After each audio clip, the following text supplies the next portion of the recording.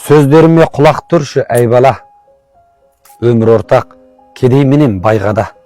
Бір күндері сенде менде кетеміз жолаушымыз осы өмірге жай ғана. Иә, солай, жолаушымыз жай ғана, қолын созған аспандағы айғада. Мейлі кім бол, мықты сақта есіңе, өміріңді тұнық ұста, лайлама. Қысқа өмір, қысқа ғана уақыттар, сезін алсаң қысқы ішінде бақыт бар. Тез өссін деп күндеріңе асықпа, ал асықсаң жақсылыққа асық бар. Кейбір сөзім ерсі шығар құлаққа, бір шындықты негіз етет, бірақ та сенің айтып жүрген күшті өмірің дүйсенбіден басталатын бір апта.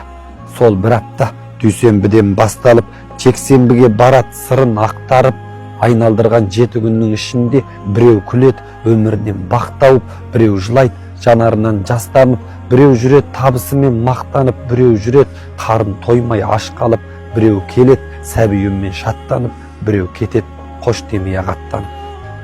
Міне өмір қысқа ғана бір апта. Сол бір апта мағыналы бірақта.